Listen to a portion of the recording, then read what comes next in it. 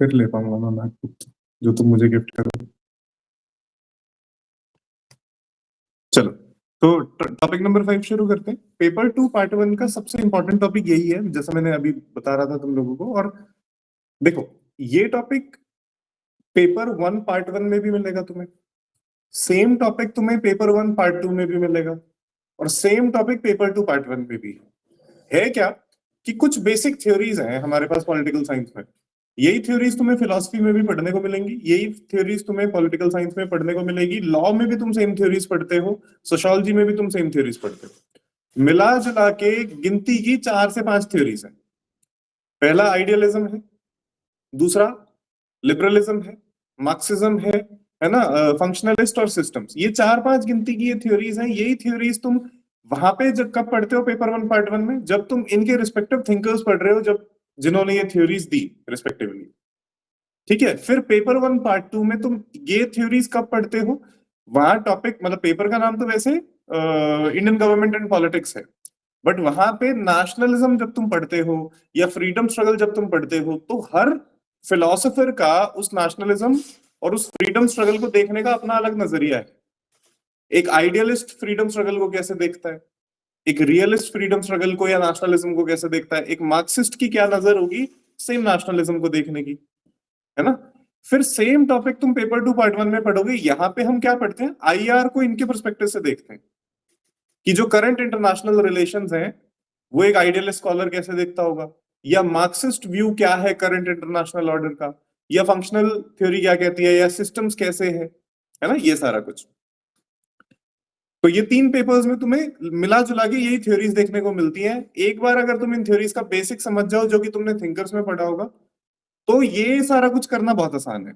आपको फिर कुछ नहीं करना, फिर तो तुम किसी भी रैंडम टॉपिक को उठा के इन फिलोसफीज को अप्लाई कर सकते हो और रिस्पेक्टिव टॉपिक समझ सकते हो उस नजरिए से, उस फिलोसफी के नजरिए से। ठीक है, तो अब यहाँ पे ध्यान रखना है, मेन जो टॉपिक है तुम्हारा आईआर है, मेन टॉपिक। मैं तुम्हें अब इन थ्योरीज के बारे में बताने नहीं बैठूंगा फिर से। ये थ्योरीज तुम इनके रिस्पेक्टिव स्कॉलर्स में भी पढ़ चुके हो, और जब इनकी थ्योरीज पढ़ी होगी तो भी पढ़ चुके हो, और जो नहीं पढ़ी थी जैसे कि सिस्टम थ्योरी, वो मैं तुम्हें पढ़ा चुका हूं। लुडविग वॉन बर्टालमफी, याद करो, पढ़ा था ना ये सारा सिस्टम, वही सिस्टम्स थ्योरी है ये। Structural functionalist approach of Gabriel and Armand, याद करो, सेकंड या फर्स्ट वीडियो होगी शायद, उसमें पढ़ाया था ये, है ना। तो ये जो वो थ्योरीज है जो तुम्हें पेपर 2 पार्ट 1 में नई जानने को मिली थी, तो यहाँ पे पढ़ ली। लेकिन आइडियलिज्म, रियलिज्म, मार्क्सिज्म ये बहुत पहले से पढ़ते आ रहे हो, इसमें कुछ नया नहीं है जानने का। बस अब तुम्हें क्या करना है, इन्हीं थ्योरीज को इंटरनेशनल रिलेशंस के स्फेयर में अप्लाई करना है। बहुत आसान है, ठीक है। इसीलिए मैंने तुम्हें बोला था कि ये क्लासेस शुरू होने से पहले तुम एक बार क्या कराना, अपने थिंकर्स को रिवाइज कर लेना। थिंकर्स को तो तुम रैंडम मुंह उठा के किसी भी दिन रिवाइज कर लिया करो, इतने काम के हैं वो थिंकर्स तुम्हें एथिक्स में काम आते हैं, वो थिंकर्स तुम्हें इसमें पॉलिटिकल साइंस में तो काम आते ही आते हैं, और वही थिंकर्स का एप्लीकेशन फिर फर्दर बाकी के सारे पेपर्स में है, चारों पेपर में, मतलब दोनों पेपर्स के चारों पार्ट्स के अंदर वही एप्लीकेशन। तो थिंकर्स को तो कभी भी रैंडम उठा के पढ़ने लग जाएगा, कभी भी। ठीक है, इतना इंपॉर्टेंट है थिंकर्स को समझना। तो चलो आगे देखते हैं। तो सबसे पहले हम आते हैं थ्योरी ऑफ इंटरनेशनल रिलेशंस। अब ऑब्वियसली हमने डिस्कस किया था कि international relations as a theory कब डेवलप होना शुरू हुआ था। देखो, वर्ल्ड वॉर 1 से पहले कोई जानता भी नहीं था क्या होता है इंटरनेशनल रिलेशन। क्यों? सिस्टम कैसा था वर्ल्ड वॉर 1 के पहले? अगर आप जाओ ट्रीटी ऑफ वेस्टफेलिया से लेके वर्ल्ड वॉर 1 तक, जो सिस्टम था वो सिस्टम था नेशन स्टेट्स का। और वो सारे नेशन स्टेट्स कैसे होते थे? जनरली क्लोज्ड होते थे, है ना।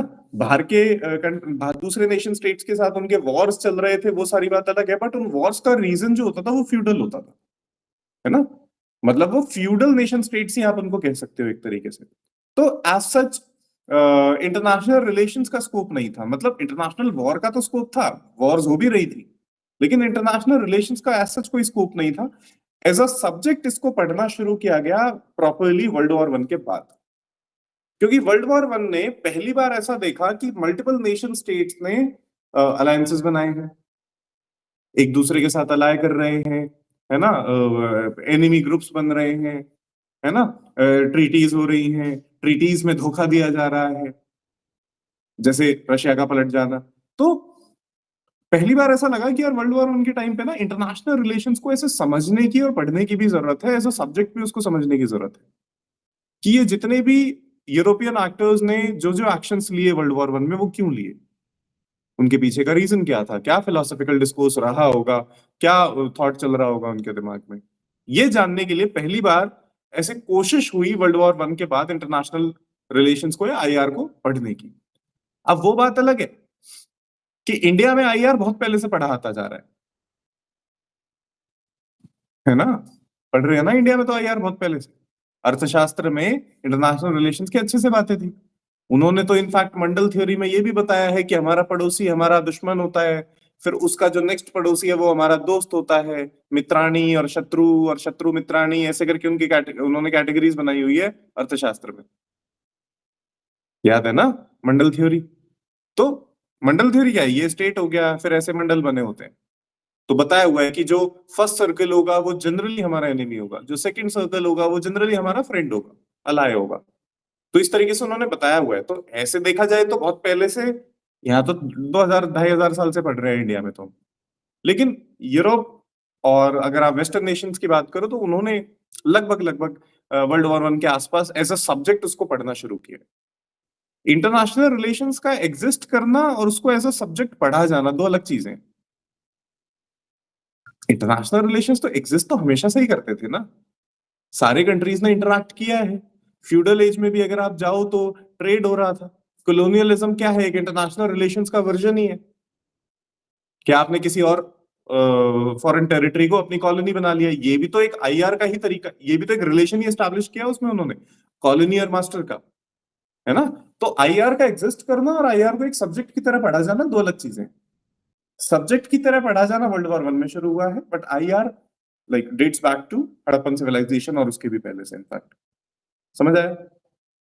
ओके, चलो। कहानी कैसे शुरू हुई? इस इंसान ने कहानी शुरू की, इसको जानते भी होगे तुम लोग, है ना? Woodrow Wilson. Woodrow Wilson chair establish की गई थी इनफैक्ट, और वुड्रो विल्सन के ही आइडियाज थे जिन्होंने आईआर के एज अ सब्जेक्ट फाउंडेशन रखना शुरू किया। वुड्रो विल्सन चेयर आज भी इनफैक्ट एग्जिस्ट करती है। ये जो भी इसका नाम है इस यूनिवर्सिटी का, वेल्स के अंदर ये यूनिवर्सिटी, वहां पे वुड्रो विल्सन चेयर अभी भी एग्जिस्ट करती है। It was the first professorship in international relations और 1919 में एस्टैब्लिश की गई थी ये Woodrow Wilson chair. World war one जब खत्म हुआ तब ये चेयर एस्टैब्लिश की गई थी। Inaugural holder was Alfred Eckhard Zimmern and the chair was endowed by David Davies. Purpose क्या था इस चेयर का या फिर आईआर एज अ सब्जेक्ट पढ़े जाने का? एक ही पर्पस था, एक ही पर्पस रहा है आईआर का हमेशा से, पीस। ठीक है? और एक ही पर्पस है जो कभी पूरा भी नहीं हो पाया, पीस। पूरा आईआर रचा गया पीस के अराउंड, पर ये आईआर ने कभी भी पीस भी एस्टैब्लिश नहीं किया। टेम्परेरी पीस नहीं होता। जैसे फॉर एग्जांपल मैंने आपके थप्पड़ मारा और आपने मेरे थप्पड़ मारा, बीच में जो 2 सेकंड का गैप आपने लिया वो पीस है। यही होती है आईआर में पीस, इतनी ही होती है बस। ठीक है? War is a recurrent phenomena in international politics, है ना? जैसे जैसे वॉर टेक्नोलॉजी एडवांस्ड होती जा रही थी, इनफैक्ट वर्ल्ड वॉर वन के टाइम का थॉट था ये कि वॉर टेक्नोलॉजीज पहले क्या है, वही धनुष बाण चला रहे हैं, बट इस टाइम पे मस्केट्स और गन्स और, है ना, ऑटोमेटिक मशीन्स और इसके अलावा जो ये जो एयरक्राफ्ट्स हैं ये पेलोड्स लेके जाते थे, डिस्ट्रक्टिव पेलोड्स लेके जाते थे। तो एयर स्ट्राइक्स और ऐसी चीजें बहुत कॉमन हो गई थी वर्ल्ड वॉर वन के टाइम तक आते आते, ऐसी टेक्नोलॉजीज डेवलप हो गई थी। तो डिस्ट्रक्टिव पोटेंशियल बहुत ज्यादा बढ़ चुका था वॉर का। पहले वॉर में क्या होता था कि 2000 सोल्जर हमारे मर गए, 3000 तुम्हारे मर गए, तुम हार गए। लेकिन अब पूरे के पूरे शहर तबाह हो जाते थे, वर्ल्ड वॉर वन की बात कर रहा हूं मैं, है ना? तो पूरी डिस्ट्रक्टिव पोटेंशियल इतना ज्यादा हो जाने की वजह से पीस की भी इंपॉर्टेंस उतनी ज्यादा हो जाती है। ठीक है? फॉर्मल सेंस में क्या एस्टैब्लिश करना था? पीस। वुड्रो विल्सन कहां का प्रेसिडेंट था? अरे मूर्खों, अगर मैंने प्रेसिडेंट बोला है तो यूएस में ही चला जाएगा, यूके तो पार्लियामेंट्री है। वुड्रो विल्सन अंग्रेज का नाम है, दिमाग थोड़ा सा तो चलाया करो। अरे विल्सन एक इंग्लिश सरनेम है, विल्सन, है ना? अब इंग्लिश यूके इनमें से ही हो सकता है, यूएस में से। प्रेसिडेंट बोल रहा हूं तो यूएस का ही होगा, थोड़ा presence of mind. Actual sense में वर्ल्ड वॉर वन के बाद यूएसए हेजेमनी एस्टैब्लिश करना चाहता था अपनी। थॉट पुरानी थी, हुआ हालांकि वर्ल्ड वॉर टू के बाद, लेकिन थॉट तब की थी। मोनरो डॉक्ट्रिन पता है तुम लोगों को?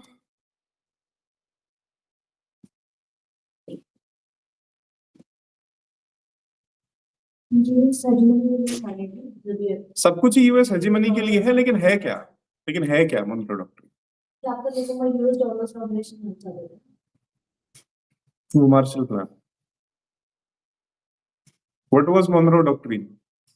मोनरो डॉक्ट्रिन कैपिटलिज्म से 70 साल पहले मर गया, मतलब 70-80 साल पहले मर गया। मोनरो डॉक्ट्रिन बोलो।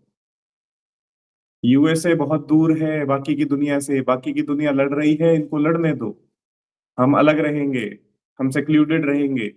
जो यूरोप की वॉर है वो यूएस की जमीन पे नहीं आनी चाहिए, यही था मोनरो डॉक्ट्रिन।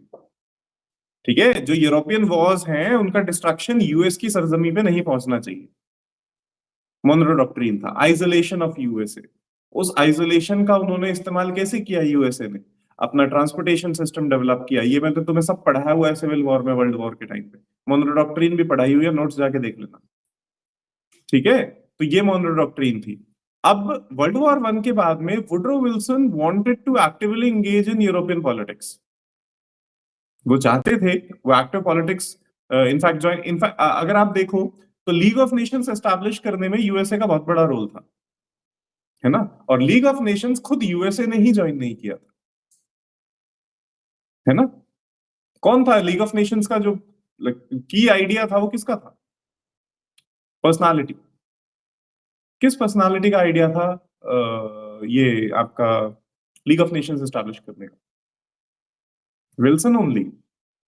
इसी का ही आइडिया था, ये मेन आइडिया ही इसका था कि पीस एस्टैब्लिश करने के लिए हमें एक इंटरनेशनल ऑर्गेनाइजेशन की जरूरत है जो सबको सुपरवाइज कर सके, और खुद ने ज्वाइन नहीं किया। वुडरो विल्सन चाहता था ज्वाइन करना, ठीक है, ये प्रेसिडेंट चाहता था ज्वाइन करना, बट वहां पे सेनेट में ये जो बिल था वो रिजेक्ट हो गया था। यूएस की सेनेट में बिल रिजेक्ट हो, मतलब यूएस की पार्लियामेंट में, पार्लियामेंट तो नहीं है वहां पे, लेकिन स्टिल जो भी लेजिस्लेटिव बॉडी है उन्होंने वहां पे बहुत ही स्ट्रॉन्ग रेजिस्टेंस था यूएसए का लीग ज्वाइन करने के लिए। वो अभी भी मोनरो डॉक्ट्रिन को कैरी ऑन करना चाहते थे। उनका कहना था ये लड़ रहे हैं तो लड़ने दो इन्हें, वो डिस्ट्रक्शन हम अपने तक नहीं लाना चाहेंगे। अभी वुडरो विल्सन को ये बात माननी पड़ी, और मान लिया तो सही किया, क्योंकि इस वर्ल्ड वॉर 1 ने यूएस के डॉलर का डोमिनेंस एस्टैब्लिश करना शुरू कर दिया यूरोप के अंदर। कैसे? यूएस ने पूरे यूरोप को वेपन सप्लाई किए during world war 1। World war 1 से ही ये कहानी शुरू हो गई थी। वेपन सारे यूएस से जाते थे, अनाज यूएस से जाता था, यूनिफॉर्म्स यूएस से जाती थी, ठीक है? और ये पेमेंट्स करने के लिए आपको कैसे करनी पड़ेंगी पेमेंट्स, है ना? डॉलर्स में। तो डॉलर्स, अच्छा, डॉलर्स यूरोप के पास आए कहां से? यूरोप के पास डॉलर्स आए कहां से? यूएस ने इनको लोन दिया पहले कि तुम अपनी वॉर्स करो, अपने डेवलपमेंटल एफर्ट्स जो भी तुम्हें करने हैं वॉर के बाद या वॉर से पहले रिकवरी के लिए, जो भी तुम्हारा इन्वेस्टमेंट है मैं देता हूं। यूएस ने इन्वेस्ट करना शुरू किया, उनके पास डॉलर्स की सप्लाई बढ़ी, और वो डॉलर का डोमिनेंस उस तरीके से स्टैब्लिश होना शुरू हुआ। तो आईआर को एस्टैब्लिश करने के पीछे का जो एक्चुअल नो नॉनसेंस कारण बताया जाता है, वो यही बताया जाता है कि हमेशा से यूएस को अपनी हेजेमनी एस्टैब्लिश करनी थी, और आईआर को वो प्रोपेगेट कर रहा था सिर्फ इसी पर्पज से। जो थ्योरी बनाता है वो अपने फायदे के लिए ही तो बनाएगा, यही रहा था, ठीक है? The discipline has always been dominated by American scholars. IR को इनिशियली कैसे ट्रीट किया जाता था? ऑब्वियसली पॉलिटिकल साइंस के सब डिसिप्लिन की तरह, लेकिन धीरे धीरे धीरे धीरे इंटरनेशनल पॉलिटिक्स इतना कॉम्प्लेक्स होने लगी, इतना लेयर्ड होने लगी, कि आईआर अपने आप में ही एक इंडिपेंडेंट सब्जेक्ट के तौर पे अब रिस्पेक्ट ले चुका है। इवोल्यूशन कैसे हुआ? इंटरनेशनल पॉलिटिक्स को दो स्टेजेस में आप डिवाइड कर सकते हो, एक वेस्टफेलियन है, एक पोस्ट वेस्टफेलियन है। Westphalian world order obviously state centric हुआ करता था, मैंने अभी बताया। कॉन्सेप्ट होता था नेशन स्टेट्स का, पहली बार सोवरेनिटी का कॉन्सेप्ट दुनिया को जब समझ में आया था।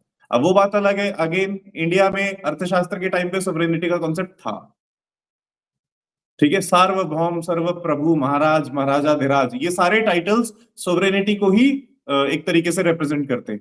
महाराजाधिराज का मतलब क्या होता है? सारे राजाओं के ऊपर जो महाराज होगा वो महाराजाधिराज होता है। तो यानी कि उसकी सोवरेनिटी सारे लोकल किंग्स के ऊपर है, यही तो हुआ महाराजाधिराज का मतलब। तो सोवरेनिटी का कॉन्सेप्ट इंडिया में एग्जिस्ट करता था, बट यहाँ पे वेस्टफेलियन वर्ल्ड ऑर्डर के दौरान देखने को कब हुई थी ट्रीटी ऑफ वेस्टफेलिया? जब नेशन स्टेट्स का ओरिजिनेशन हुआ ट्रीटी ऑफ वेस्टफेलिया से कहा जाता है, when was the treaty of Westphalia like happened? 1648 के अंदर ये ट्रीटी ऑफ वेस्टफेलिया साइन हुई थी। ठीक है, स्टेट सेंट्रिक वर्ल्ड ऑर्डर रहेगा। कैसे? ऑब्वियसली हम इसको बिलियर्ड्स बॉल मॉडल के हिसाब से एक्सप्लेन कर सकते हैं कि सारी बॉल्स एक दूसरे के साथ कॉन्टिन्यूअसली इंटरैक्शन में होती हैं और ग्रुप्स बनाने की कोशिश करती हैं बहुत बार। ठीक है, just like the balls of the billiard, state also keep moving and colliding with each other and to arrive at equilibrium. Equilibrium क्या होगा? बिलियर्ड्स बॉल में इक्विलिब्रियम वो होता है जब बॉल्स सारी रुक जाए। इंटरनेशनल रिलेशंस में इक्विलिब्रियम तब होता है जब पीस एस्टैब्लिश हो जाए। ठीक है, states are also opaque from inside, protective nature. मैंने बताया था क्लोज्ड टाइप का नेचर होता था स्टेट का, जैसे तुम बिलियर्ड्स बॉल के आर पार नहीं झांक सकते, इसी तरीके से स्टेट्स भी ओपेक होते थे। उनके अंदर क्या चल रहा है हमें नहीं पता, वो डेमोक्रेसी है, वो मोनार्की है, वो डिक्टेटरशिप है, कुछ नहीं पता, और वो इंटरनल मैटर्स को जनरली प्राइवेट भी रखा करते थे। इंटरैक्शंस सोसाइटीज का डायरेक्टली नहीं होता था। सोसाइटीज कैसे? मतलब एक नेशन स्टेट की सोसाइटी दूसरे नेशन स्टेट की सोसाइटी के साथ खास कोई इंटरैक्शन नहीं रखती थी। ठीक है, there is no centralising force to establish the balance, state reach equilibrium on their own. ठीक है, मतलब वो बॉल्स आपस में इंटरैक्ट करेगी, कोई है नहीं ना जो उनको जमा रहा है ना। लेकिन ये बिलियर्ड्स बॉल मॉडल में हम एक चीज भूल जाते हैं कि एक आदमी वो भी होता है जिसके हाथ में डंडी होती है, क्यू स्टिक बोलते हैं जिसको, जो इन बॉल्स के कोलिजन्स करवा रहा होता है। ठीक है, तो पोस्ट वर्ल्ड वॉर आप ये मान सकते हो कि वो क्यू स्टिक जो थी वो यूएस के हाथ में थी। ठीक है, फिर एक अकेला प्लेयर अगर बिलियर्ड्स बॉल खेलेगा तो वो तो जीत ही जाएगा ना। फिर यूएसएसआर ने भी छोटे छोटे डंडे इकट्ठे किए, उनकी जोड़ जाड़ के एक उसने भी अपनी क्यू स्टिक बना ली थी, and that was cold war. ठीक है, समझ आया? आगे चलो। फिर post Westphalian order compared with the post cold war world order, also called the society centric world order. ये कब से? ये देखो वेस्टफेलियन कॉन्सेप्ट चला है 1991 तक। वो मैंने बोला कि उन्होंने भी क्यूस्टिक ले लिया, उन्होंने भी क्यूस्टिक ले लिया, इस तरीके से। और पोस्ट वेस्टफेलियन आप ये समझ लो पोस्ट कोल्ड वॉर ही। पोस्ट कोल्ड वॉर में उनकी क्यूस्टिक तोड़ दी गई थी, एक के ही पास थी। लेकिन इस टाइम तक आते आते यूएस की जो की प्रोमिनेंट आइडियोलॉजीज है, जैसे कि लिबरलिज्म, मेनली लिबरलिज्म, और इंटरनेशनल फ्री मार्केट, ये दो हैं। बाकी जो चीजें हैं वो सब इनको असिस्ट करने के लिए ही है। इंटरनेशनल मार्केट है तो इंटरनेशनल ऑर्गेनाइजेशंस आएंगी जो इंटरनेशनल रूल्स बनाएंगी ट्रेडिंग के, IMF, world bank, WTO, sorry IMF और डब्ल्यूटीओ, है ना। लिबरल आइडिया प्रोपेगेट करना है, इंटरनेशनल ऑर्गेनाइजेशंस को ऐसा दिखाना है that they are very development centric. तो ये क्या करेंगे? डेवलपिंग नेशंस को लोन्स देंगे सस्ती दरों पे। इसके लिए डब्ल्यूबी और आईएमएफ, वर्ल्ड बैंक और आईएमएफ आए, या international bank for reconstruction and development, है ना, आईबीआरडी वगैरह ऐसे ऑर्गेनाइजेशंस है। बाकी सारी चीजें इनको असिस्ट करने के लिए। ठीक है, फिर कम्युनिकेशन रेवोल्यूशन होता है, इंटरनेट रेवोल्यूशन होता है, और जो यूएस के की प्रोमिनेंट आइडियाज हैं वो पूरी दुनिया में प्रोपेगेट होना शुरू होते हैं, है ना। चलो देखते हैं आगे। ऑल्सो, और क्योंकि अब इतना ग्लोबलाइजेशन होगा, ग्लोबलाइजेशन में जो बॉर्डर्स होते हैं वो फेड होने लगते हैं, सोसाइटीज आपस में इंटरैक्ट करने लगती है। It is no more a billiards ball model now. अब जो बिलियर्ड जो वो बॉल थी उसके जो इंटरनल इंग्रेडिएंट है वो भी आपस में इंटरैक्ट कर रहे हैं, है ना। तुम यूएसए के सिंगर्स को फॉलो कर रहे हो या वहां की सेलिब्रिटीज को फॉलो कर रहे हो, इंटरैक्ट भी कर रहे हो, घूमने भी जा रहे हो, सारे काम हो रहे हैं, है ना। तो सोसाइटीज ने भी अब धीरे धीरे इंटरैक्ट करना शुरू कर दिया था, इसीलिए इसको सोसाइटी सेंट्रिक वर्ल्ड ऑर्डर भी बोला जाता है, based on the assumption of emergence of a global civil society. It employs deterritorialization, क्योंकि अब टेरिटरीज का कॉन्सेप्ट बहुत ही फेड हो गया है ना। Other words, state capacity to control people's interaction has significantly decreased as multiple alternative gateways emerged. पहले क्या होता था? जाओगे आओगे, ये जाके और आके ही हो सकता था किसी और दूसरी सोसाइटी से इंटरेक्शन, बॉर्डर्स क्रॉस करने ही पड़ते थे। अब बट कम्युनिकेशन रेवोल्यूशन की वजह से स्टेट्स का बहुत कम कंट्रोल रह गया है। ठीक है, वो एप्लीकेशंस बैन कर देंगे, लेकिन एप्लीकेशंस पे बैन ये तो नहीं कर सकते ना कि जो एप्लीकेशन अलाउड है उस पे कौन सी कंट्री के लोग ज्वाइन करेंगे और कौन सी के नहीं, है ना। भाई सचिन भी लाया ना सीमा हैदर को, इंडिया पाकिस्तान का तो नहीं है इतना खास प्यारा बंधन, लेकिन फिर भी देखो स्टेट चाह के भी नहीं रोक पाया। समझ रहे हो? The concept of global citizenship, the interconnected network of gateways through which people can interact, evolved into a cobweb structure, giving rise to the cobweb mode. इसको cobweb बोलते हैं। cobweb क्या होता है? वो बहुत ही घना सा मकड़ी का जो जाल होता है कि सब आपस में कनेक्टेड है, एक दूसरे से कनेक्टेड है। ठीक है, ओके। एक बार इसको देख लेते हैं, ध्यान से सुनना एक बार बस। ये जो की आइडियोलॉजीज है इनको मैं रिवाइज करवा रहा हूं बस क्विकली, और कुछ नहीं कर रहा हूं। ठीक है, सबसे पहले लिबरलिज्म। लिबरलिज्म स्टेट को कैसे देखता है? लिबरलिज्म स्टेट को देखता है, स्टेट का पेरिफेरल रोल है multi stakeholderism under the sway of transnational capital. बस काम उसका चौकीदार टाइप ही है। रोल ऑफ प्लेटफॉर्म कंपनीज क्या हो जाएगा? सेंट्रल रोल आ जाता है लिबरलिज्म में प्लेटफॉर्म कंपनीज का, ग्लोबल मार्केट ताकि परस्यू हो सके और एक तरीके की हेजिमनी भी वो एक्वायर कर सके। ठीक है, individuals who matter, entrepreneur, scientist, territoriality कोई इंपॉर्टेंट होती नहीं है लिबरलिज्म में, है ना, क्योंकि फ्री हो गया ना सब कुछ। मीन्स ऑफ कंट्रोल क्या होते हैं? Corporate acquisition, managerial control, intellectual property या कमर्शियल अलायंसेस, ये मीन्स ऑफ कंट्रोल होते हैं। रिसोर्सेज क्या क्या है लिबरलिज्म में? इनफाइनाइट है, एक्सपेंसिव है। नॉलेज कैसी होती है? It's abstract and codified.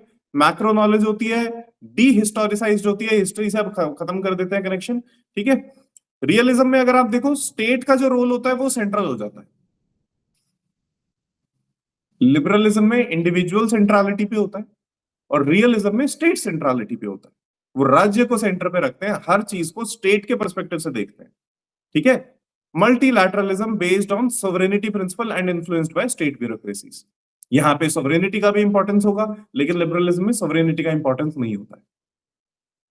Liberalism में किसका इंपॉर्टेंस होता है? लिबर्टी का। यहाँ पे सोवरेनिटी का, रियलिज्म में स्टेट सोवरेनिटी का कॉन्सेप्ट होता है।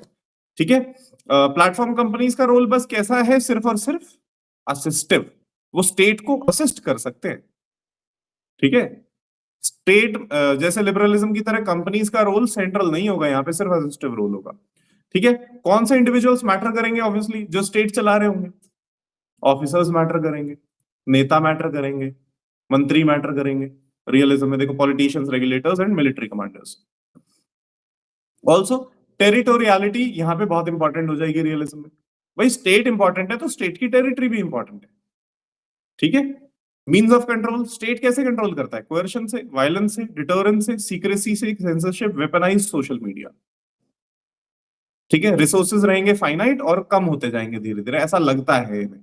ठीक है, नॉलेज होगी concrete and conflictive, macro national loyalties होंगी, historicized based on nation state पेट्रिमनीज।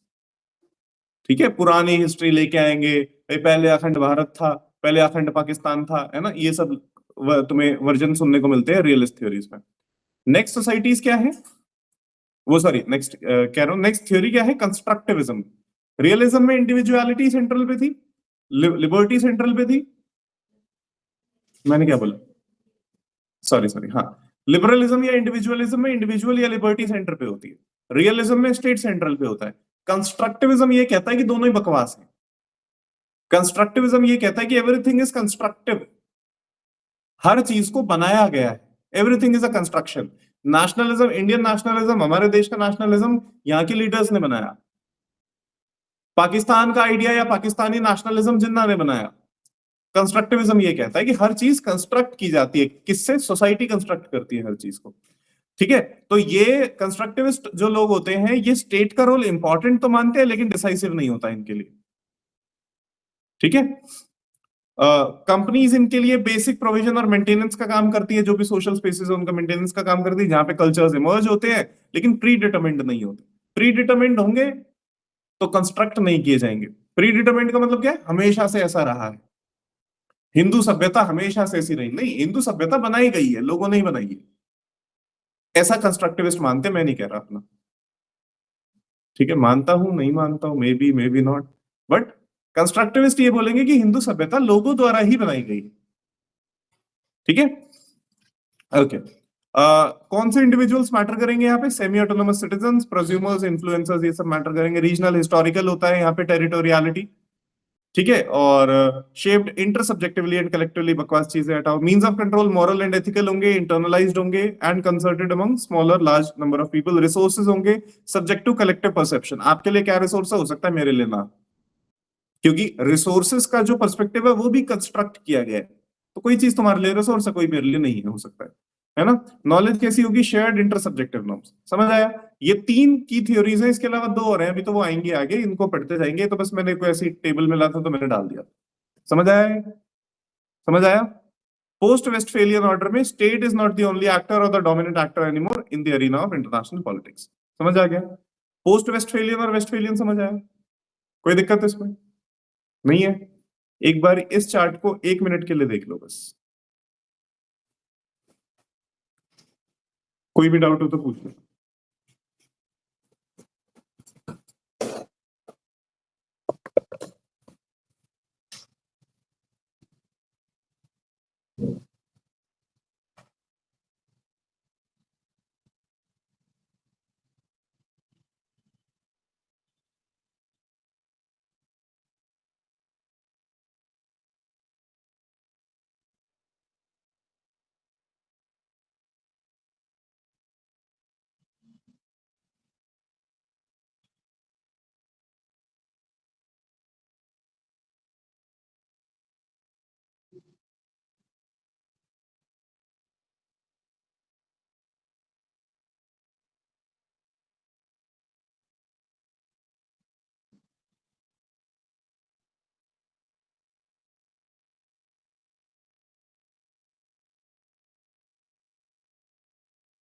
Done? देख लिया सभी ने? नहीं देखा तो देख लो कोई।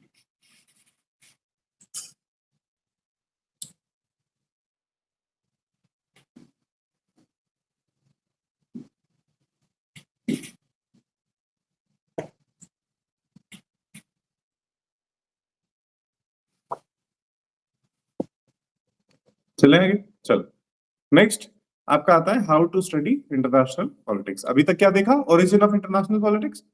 वर्ल्ड वॉर 1 के टाइम पे विल्सन ने शुरू किया, विल्सन ने कहानी शुरू की, है ना? विल्सन ने कहानी क्यों शुरू की थी?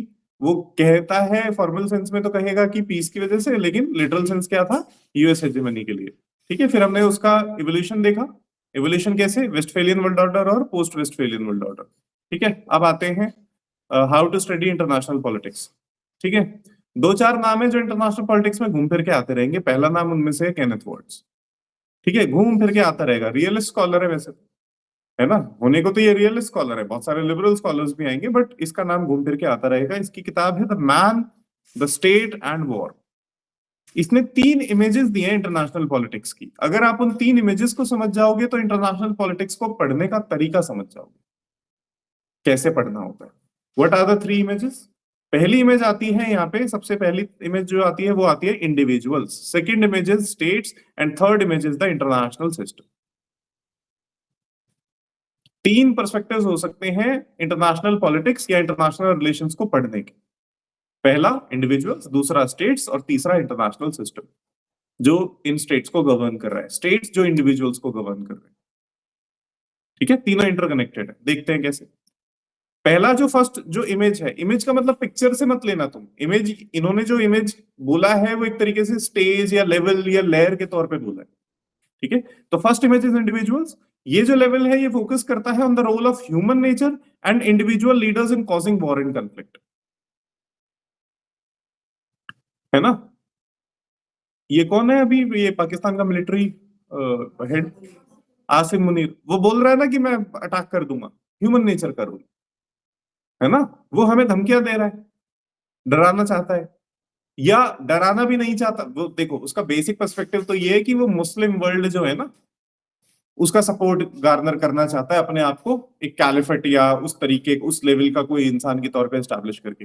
बट ह्यूमन नेचर वहां पे डिसाइड कर रहा है, वो जो पोजीशन है वो डिसाइड नहीं कर रही। भाई मिलिट्री एडवाइजर या मिलिट्री हेड तो पहले भी रहा होगा कोई ना कोई, बट सबने ऐसे बयान नहीं दिए।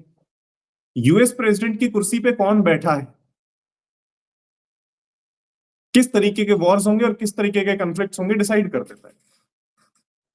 ठीक है, वो ह्यूमन नेचर परसेप्शन को भी चेंज करता है। अगर अब तुम कंस्ट्रक्टिविज्म में चले जाओगे, सेम ह्यूमन नेचर परसेप्शन को भी चेंज करता है। ओबामा वॉर करता था बट नजर नहीं आता था। तुम मानते नहीं थे कि ओबामा बहुत वॉर्स करता होगा या बहुत कॉन्फ्लिक्ट्स क्रिएट करता होगा, बट ट्रंप करता है तो नजर आता है। नहीं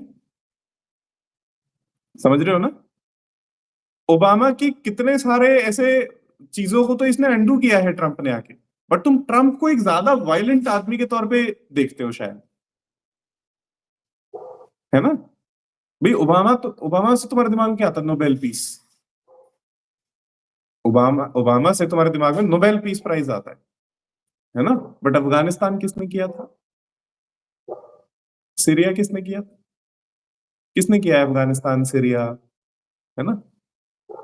कहने को क्या थी ये? War against terrorism. उसको करना बहुत जरूरी था। उसको करना ये जरूरी था, उसकी जो लोकल पॉलिटिक्स है ना, उस वजह से उसको ये करना बहुत जरूरी था। 9/11 हुआ था, 9/11 के बाद में कोई ऐसा बहुत स्ट्रॉन्ग स्टेप लेना जरूरी है ना? तो उसने तो इस वजह से किया। तो उसने सीरिया में वो आईएसआईएस को टारगेट कर रहा है, अफगानिस्तान में वो तालिबान को टारगेट कर रहा है, बट इन रियलिटी हुआ क्या है? तालिबान आज भी वही है, आईएसआईएस अभी भी वही है ना? तो वो कॉन्फ्लिक्ट्स और वो वॉर ने पूरा मिडल ईस्ट जो है एक तरीके से डिस्टर्ब रखा उस दौरान, है ना? और यूएस की वेपन कंपनीज ने बहुत कमाया। लेकिन तुम ओबामा को नहीं देखते उस तरीके से, तुम ट्रंप को देखते हो कि देखो ईरान पे अटैक करवा रहा है, पैलेस्टाइन को नहीं रोक रहा है ना? तुम उस तरीके से देखते हो। तो ह्यूमन नेचर का बहुत इंपॉर्टेंट रोल होता है कॉन्फ्लिक्ट स्टडीज में। ठीक है? Second image is states. अब जैसे एक और बहुत महान कंट्री है, महान सच में है, ये सरकास्टिक नहीं है, और उसके एक बहुत महान नेता है, ये शायद सरकास्टिक हो सकता है।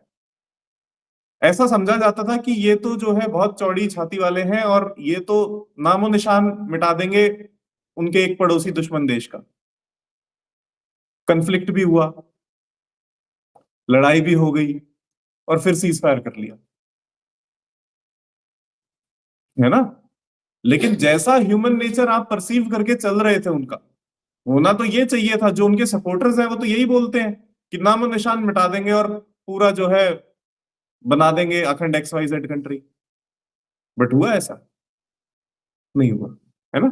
तो वही है कि ह्यूमन रोल या ह्यूमन नेचर कैसे है, कैसे परसीव करता है। It examines the psychological, biological और other inherent characteristics of individuals that might contribute to aggression और कॉन्फ्लिक्ट। एक नेता ऐसा है जो बोलता है वो करता है, पुतिन।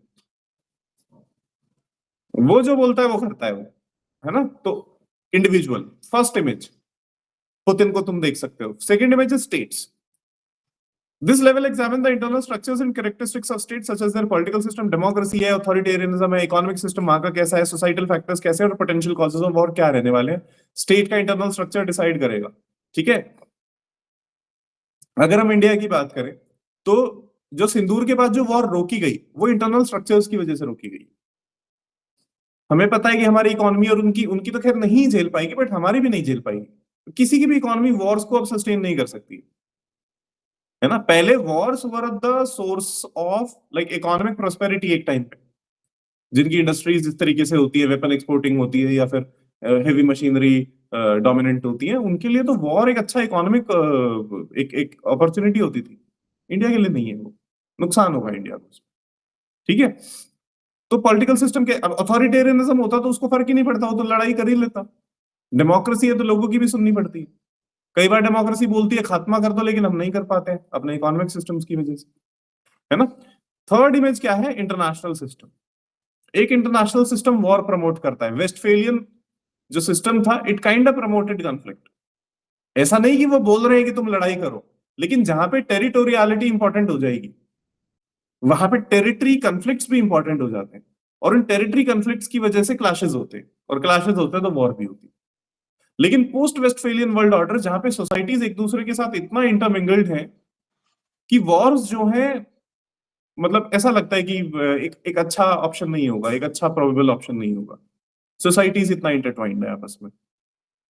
ठीक है? जैसे तुम नेपाल के साथ वॉर इमेजिन नहीं कर सकते, सोसाइटीज इतना इंटरट्वाइंड है इंडिया और नेपाल की। ठीक है? पता भी नहीं चलेगा कि अपना मार रहे हो कि दूसरे का मार रहे हो वॉर में। नेपाल के साथ तुम वॉर इमेजिन नहीं कर सकते, सोसाइटीज इंटरट्वाइंड है। तो डिपेंड करता है कि इंटरनेशनल सिस्टम भी कैसा है, वो क्या प्रमोट करता है। ठीक है? चाइना और यूएसए इतने बड़े दुश्मन कहे जाते थे, 4-5 साल से ट्रेड वॉर लड़ा उन्होंने, 2018 से लेके और 2023-24 तक उन्होंने ट्रेड वॉर लड़ा। कभी भी हॉट वॉर में कन्वर्ट क्यों नहीं हुआ उनका कॉन्फ्लिक्ट? नहीं हुआ। उनकी इकोनॉमीज इतनी इंटरट्वाइंड है, वो कर ही नहीं सकते एक दूसरे से वॉर। ठीक है? तो इंटरनेशनल सिस्टम भी ये डिसाइड करता है। Okay. Traditionally, focus has been on the analysis of world order and decision makers. However, understanding domestic politics has also become equally important. The boundaries are now collapsing. ठीक है? International politics को study करने की 4 approaches हैं, board पे दी हुई है, एक बार क्विकली देख लो। पहला है रियलिज्म वर्सेस लिबरलिज्म। कौन सी डोमिनेंट आइडियोलॉजी है, इंडिविजुअल इंपॉर्टेंट है कि स्टेट इंपॉर्टेंट है? पहली जो डिबेट है वो यही है। These are also called the 4 great debates of international politics. इनको 4 ग्रेट डिबेट्स कहा जाता है। पहला तो यही, इंडिविजुअल इंपॉर्टेंट की स्टेट इंपॉर्टेंट, इंडिविजुअल इंपॉर्टेंट की होल इंपॉर्टेंट। ठीक है, उस तरीके से देखते हैं। सेकंड, बिहेवियरलिज्म या ट्रेडिशनलिज्म। तीसरा है neo realism versus neo liberalism. इसने एक नया वर्जन अपना लिया, इसने एक नया वर्जन अपना लिया, नियो लिबरलिज्म। फिर एक positivism and post positivism. Positivist वो थ्योरीज हैं जो रीजन को देखती हैं, पोस्ट पॉजिटिव जो रिफ्लेक्टिविज्म को देखती हैं। देखेंगे उसको क्या होता है। ठीक है, ये 4 ग्रेट डिबेट्स हैं इंटरनेशनल पॉलिटिक्स। इतना समझ आया? उसके पहले ये देख लो एक बार, वर्ल्ड्स की 3 इमेजेस बताई अभी मैंने। अब उन 3 इमेजेस को अलग अलग स्कॉलर कैसे परसीव करता है वो देखना है। पहला, तुम बस इतना देखना, ठीक है, सिर्फ ये वाला पोर्शन देखना, इधर का मत देखो। पहली image individual, realist, realist Machiavellians. Machiavelli जो स्कॉलर है, माकियावेली का जो रियलिज्म फॉलो करते हैं, वो इंडिविजुअल को कैसा देखेंगे? एक कमीना होता है इंडिविजुअल, लड़ाई झगड़ा करेगा, वायलेंट इंसान है, वायलेंट होता है इंसान, ह्यूमन नेचर वायलेंट होता है। अगर ह्यूमन नेचर वायलेंट होता है, अगर मान लेते हैं, तो आप पे कभी भी अटैक कर सकता है और आप उस पे कभी भी अटैक कर सकते हो। तुम दोनों क्या करोगे फिर ऐसे में? आने वाले कन्फ्लिक्ट के लिए अपने आप को प्रिपेयर करोगे, गन्स रख लोगे, जिसको तुम सेल्फ डिफेंस का नाम दोगे। यही होगा ना? ये होता है माकियावेली। जो रियलिस्ट्स होते हैं वो ह्यूमन नेचर को वायलेंट के तौर पे देखते हैं। स्टेट को कैसा देखते हैं माकियावेलियन रियलिस्ट्स? स्टेट को देखते हैं सेल्फ रिगार्डिंग, कि उनको अपनी सिक्योरिटी अपने सर्वाइवल की पड़ी होती है। ठीक है, उनको अपनी सिक्योरिटी अपने सर्वाइवल की पड़ी है, क्योंकि जैसा इंडिविजुअल है, इंडिविजुअल से ही स्टेट बना हुआ है। अगर इंडिविजुअल वायलेंट है तो स्टेट भी वायलेंट है। तो स्टेट्स आर सिक्योरिटी सीकिंग, उनको जरूरत होती है सिक्योरिटी की। तो क्या करेगा सिक्योरिटी के लिए? वो वेपन्स एक्वायर करेगा, जिससे डिटरेंस क्रिएट हो, कि तुम मुझ पे अटैक करोगे, मैं बराबर डिस्ट्रक्शन दूंगा फिर। और इंटरनेशनल सोसाइटी को कैसे देखते हैं? कि जो इंटरनेशनल सिस्टम है, it's also guided by self help.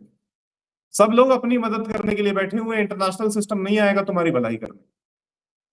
ठीक है, नेक्स्ट, रैशनलिस्ट्स। रैशनलिस्ट्स क्या बोलते हैं? ये थोड़ा सा रैशनल अप्रोच रखेंगे। कुछ इंडिविजुअल अच्छे होते हैं, कुछ बुरे होते हैं, कुछ स्टेट्स अच्छे होते हैं, कुछ बुरे होते हैं। और जो इंटरनेशनल सिस्टम है उसमें भी एक ऑर्डर रखने की कोशिश तो की जाती है, बट कई बार होता है, कई बार नहीं भी होता। Next is Kantians. ये रिवोल्यूशनिस्ट हैं। इनका मानना ये है, कांट ने क्या बोला था? हाँ, एनलाइटनमेंट क्या?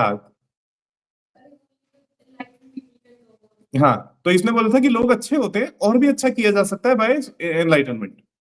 ठीक है, स्टेट्स भी ऑब्वियसली इंडिविजुअल से मिलकर ही बना है, तो उनको भी अच्छा किया जा सकता है, और इंटरनेशनल सिस्टम भी अच्छा है और उसको और बेटर किया जा सकता है। अलग अलग स्कॉलर्स है। तुम यहाँ पे आइडियलिस्ट भी डाल सकते हो, तुम यहाँ पे मार्क्सिस्ट भी डाल सकते हो। मार्क्सिस्ट क्या बोलेंगे? कि ये जो इंडिविजुअल है, ये 2 पार्ट्स में डिवाइडेड है, प्रोलेटारियत होता है, बुर्जुआ होता है। बुर्जुआ वहां पे इनकी बैंड बजाता रहता है, एक्सप्लॉइट करता है इन्हें। स्टेट क्या है? ये बोलेगा state is a instrument of capitalist exploitation. International system क्या है? International system aims at establishing capitalism, या aims at maintaining the status quo of capitalism, ऐसे बोलेगा मार्क्सिस्ट। ठीक है, तो तुम किसी भी टॉपिक को किसी भी स्कॉलर के अकॉर्डिंग देख सकते हो, बस वो स्कॉलरली जो नॉलेज है उसको अप्लाई करना है उस पर्टिकुलर पोजीशन में। समझ आया?